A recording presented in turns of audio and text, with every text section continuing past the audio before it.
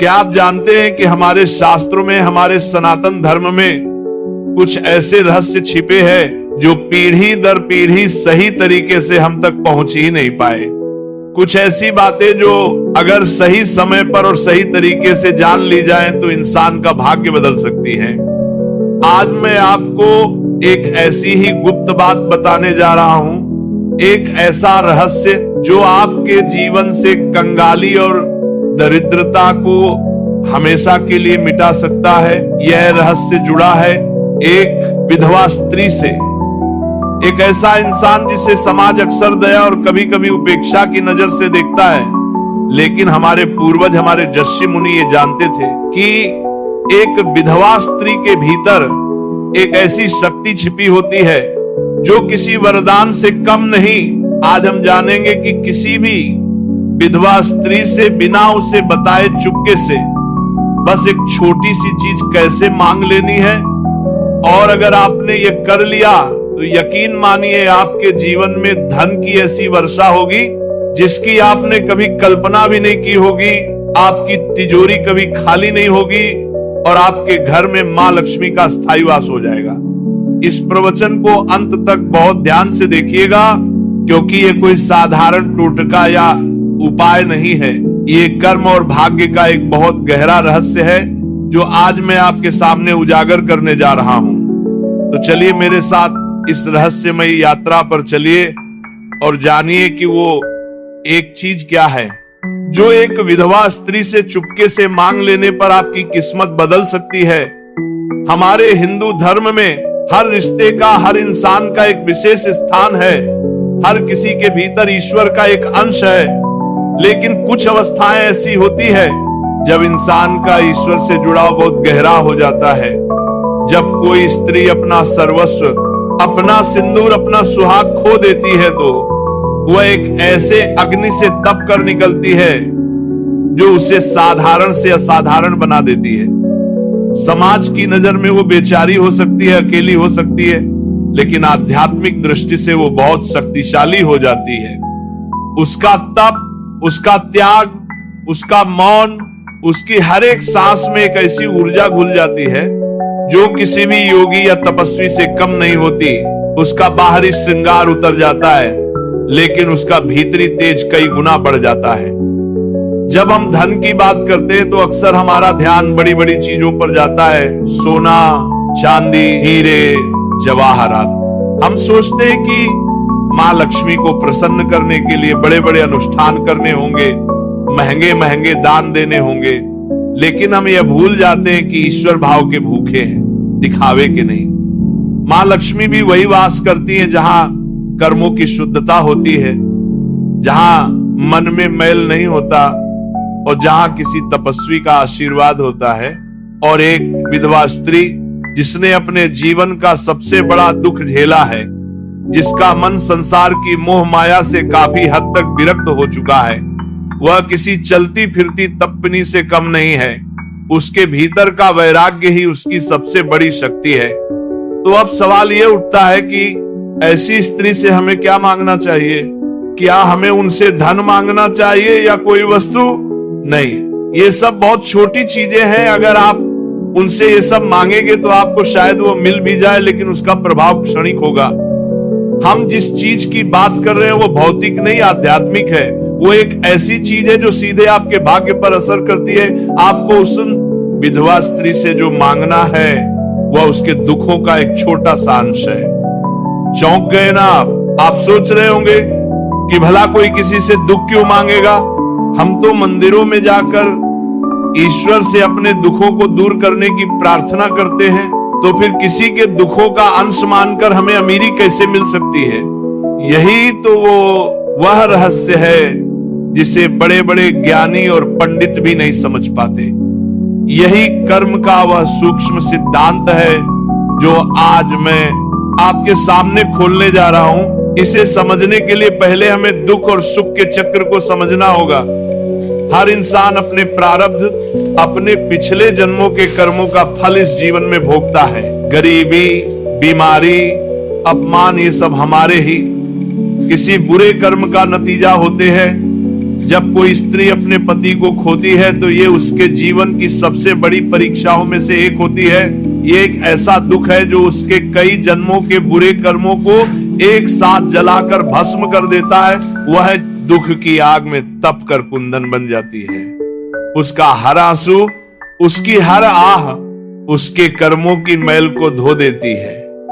इस प्रक्रिया में वो स्त्री आध्यात्मिक रूप से इतनी पवित्र और शक्तिशाली हो जाती है कि उसकी प्रार्थना में, उसके आशीर्वाद में और यहां तक कि उसके श्राप में भी बहुत बल आ जाता है। इसीलिए कहा जाता है कि किसी विधवा को कभी सताना नहीं चाहिए। उसका दिल दुखाने का मतलब है सीधे सीधे अपने दुर्भाग्य को निमंत्रण देना। अब आते हैं उस रहस्य पर कि उसका दुख मांगने से आपका भाग्य कैसे चमकेगा। जब आप सच्चे मन से पूरी करुणा और निस्वार्थ भाव से किसी विधवा स्त्री के पास जाकर मन ही मन ये प्रार्थना करते हैं कि हे माँ, आप जिस पीड़ा से गुजर रही हैं उसका एक छोटा सा कण मुझे दे दीजिए ताकि आपका बोझ कुछ हल्का हो जाए, तो आप वास्तव में दुख नहीं मांग रहे होते, आप ब्रह्मांड को एक बहुत शक्तिशाली संदेश भेज रहे होते हैं। आप ये दिखा रहे होते हैं कि आपके मन में इतनी करुणा है, इतनी मानवता है कि आप किसी दूसरे के दुख को कम करने के लिए खुद कष्ट उठाने को तैयार हैं। ये स्वार्थ से परमार्थ की ओर एक बहुत बड़ी छलांग है और जिस क्षण आपके मन में ये भाव आता है उसी क्षण आपके भाग्य के बंद दरवाजे खुलने लगते हैं। क्यों? क्योंकि गरीबी और कंगाली केवल धन की कमी का नाम नहीं है। गरीबी एक मानसिक अवस्था है, एक आध्यात्मिक बाधा है। ये हमारे अंदर की स्वार्थ, लोभ और संकीर्णता का बाहरी रूप है। जब हम केवल अपने लिए मांगते हैं, अपनी सुख सुविधाओं के लिए प्रार्थना करते हैं, तो हम उस संकीर्णता के दायरे में ही बंधे रहते हैं। लेकिन जब आप किसी दूसरे के दुख में हिस्सेदार बनने का साहस दिखाते हैं, तो आप अपनी चेतना का विस्तार करते हैं। आप उस छोटे से मैं से बाहर निकलकर हम की भावना से जुड़ते हैं और यही वो भावना है जो मां लक्ष्मी को सबसे अधिक प्रिय है।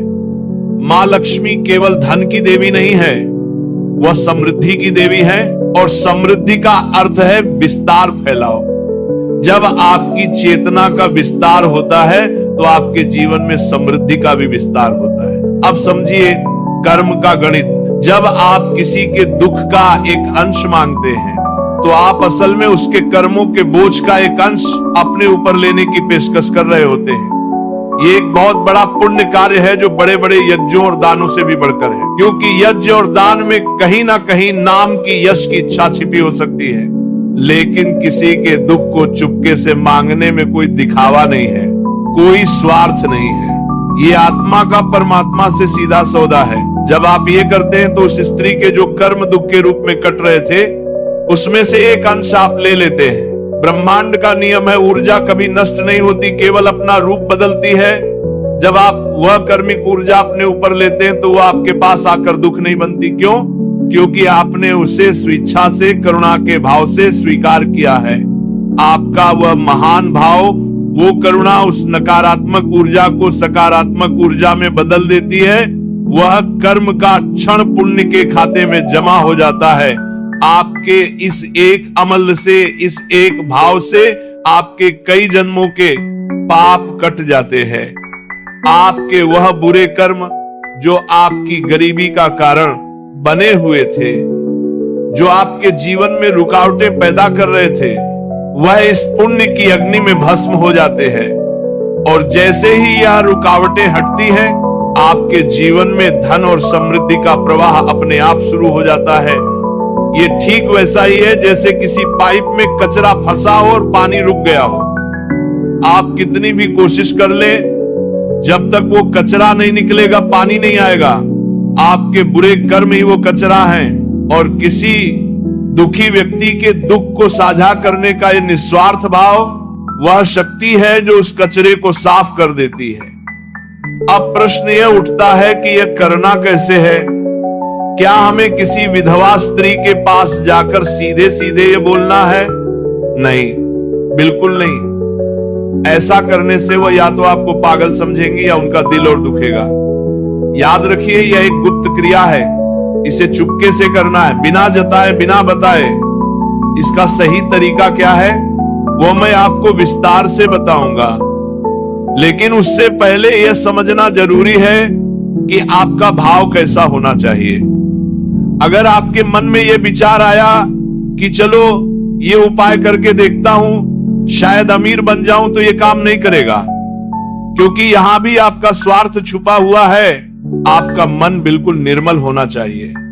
आपके हृदय में उस स्त्री के प्रति सच्ची करुणा और सम्मान का भाव होना चाहिए। आपको उन्हें एक साधारण स्त्री नहीं बल्कि त्याग और तप की मूर्ति समझना होगा।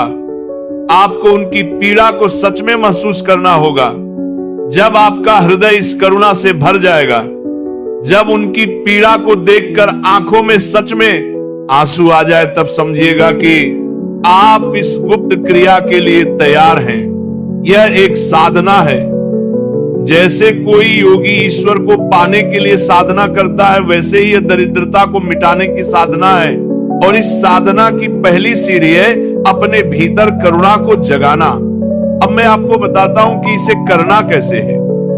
सबसे पहले अपने आसपास किसी ऐसी विधवा स्त्री को ढूंढिए जो वास्तव में अभाव में जीवन जी रही हो, या जो बहुत सात्विक और धार्मिक जीवन जीती हो।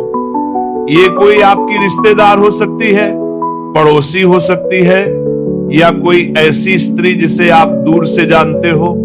महत्वपूर्ण यह है कि उनके प्रति आपके मन में श्रद्धा का भाव हो। अब आपको उनकी गुप्त रूप से मदद करनी है। मदद ऐसी होनी चाहिए कि उन्हें यह पता ना चले कि यह मदद आपने की है। आप उनके घर पर चुपके से राशन रखवा सकते हैं, किसी और के हाथ से उन्हें कुछ पैसे भिजवा सकते हैं। अगर उनके बच्चे हैं तो उनकी पढ़ाई लिखाई का खर्चा गुप्त रूप से उठा सकते हैं। अगर ठंड का मौसम है तो उनके लिए कंबल या गर्म कपड़ों का इंतजाम कर सकते हैं।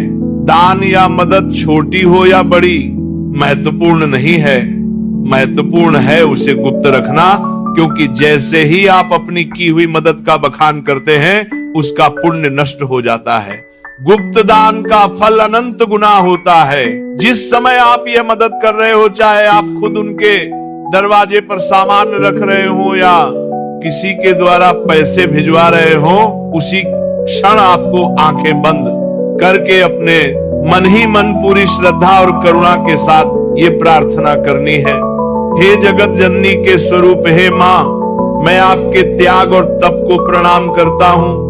मैं आपकी पीड़ा को, आपके दुख को महसूस कर सकता हूँ। मैं जानता हूँ कि आपका ये दुख आपके कर्मों का फल है, लेकिन मैं आपके इस बोझ को कुछ हल्का करना चाहता हूँ। कृपा करके अपने दुखों में से, अपनी पीड़ा में से एक कण मात्र, एक छोटा सा अंश मुझे प्रदान करें। मैं उसे अपने सौभाग्य के रूप में स्वीकार करता हूँ। मैं स्वेच्छा से आपके दुख में भागीदार बनता हूँ ताकि आपका जीवन कुछ सरल हो सके। मुझ पर यह कृपा करें। बस इतनी सी प्रार्थना आपको मन ही मन करनी है। यह प्रार्थना ही वो मांगना है जिसके बारे में मैंने शुरू में बात की थी। आप उनसे धन नहीं मांग रहे, सुख नहीं मांग रहे, आप उनके दुख में हिस्से मांग रहे हैं, और यही वो मांग है जो आपको दुनिया का हर सुख दिलाएगी। जब आप ये प्रार्थना करते हैं तो आप प्रकृति के नियम को अपने पक्ष में कर लेते हैं। आप ईश्वर के सबसे प्रिय गुण करुणा को अपना लेते हैं। उस क्षण आप केवल एक इंसान नहीं रहते, आप ईश्वर का हाथ बन जाते हैं जो किसी दुखी व्यक्ति की मदद कर रहा है। इस क्रिया को करने के बाद आपको भूल जाना है। आपको बार बार ये नहीं सोचना कि मैंने वह उपाय किया था, अब तक फल क्यों नहीं मिला। बीज बोने के बाद उसे समय देना पड़ता है। आपने अपने कर्म का बीज बो दिया है, अब उसे अंकुरित होने का समय दीजिए। आप बस अपना काम करते रहिए, ईमानदारी से मेहनत करते रहिए। आप पाएंगे कि धीरे धीरे आपके जीवन में चमत्कार होने लगेंगे। जो काम बरसों से रुके हुए थे वह बनने लगेंगे। धन आने के नए नए रास्ते खुलने लगेंगे। अगर आप पर कोई कर्ज है तो वह उतरने लगेगा। घर में क्लेश रहता था तो शांति आने लगेगी। आपको खुद महसूस होगा कि कोई अदृश्य शक्ति आपकी मदद कर रही है। यह उस विधवा स्त्री का आशीर्वाद नहीं है जिसे शायद पता भी नहीं कि आपने क्या किया है। यह उस पुण्य का फल है जो आपने किसी के दुख को साझा करने की इच्छा करके कमाया है।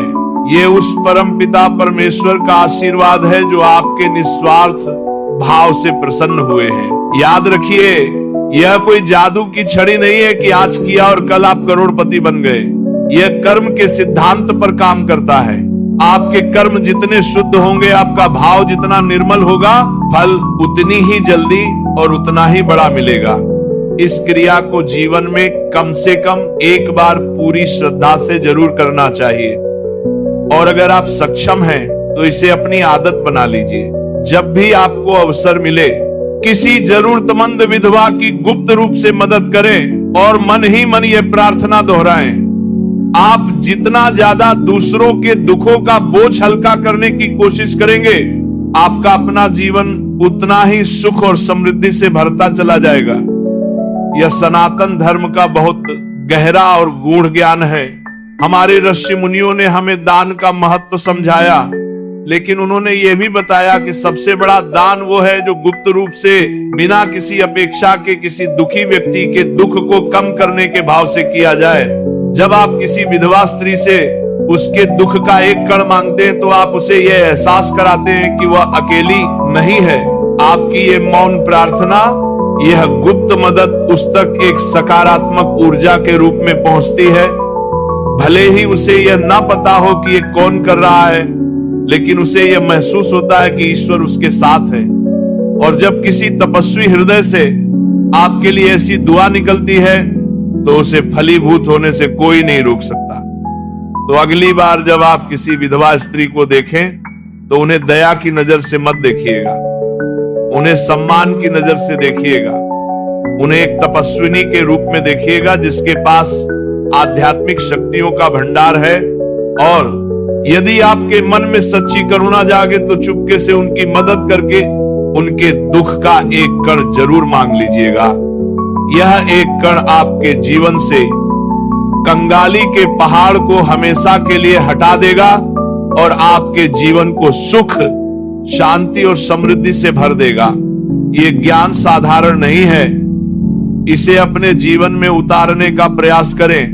कर्म पर विश्वास रखें, भाव की शुद्धता पर विश्वास रखें, फिर देखिए आपका जीवन कैसे बदलता है। मुझे उम्मीद है कि आज मैंने आपको जो रहस्य बताया है वह आपके जीवन में एक सकारात्मक बदलाव लेकर आएगा। ये जानकारी आपको किसी किताब में शायद ना मिले, क्योंकि यह अनुभव और श्रद्धा का विषय है। तो भक्तों, इसी के साथ ये कथा समाप्त होती है। बोलो राधे राधे।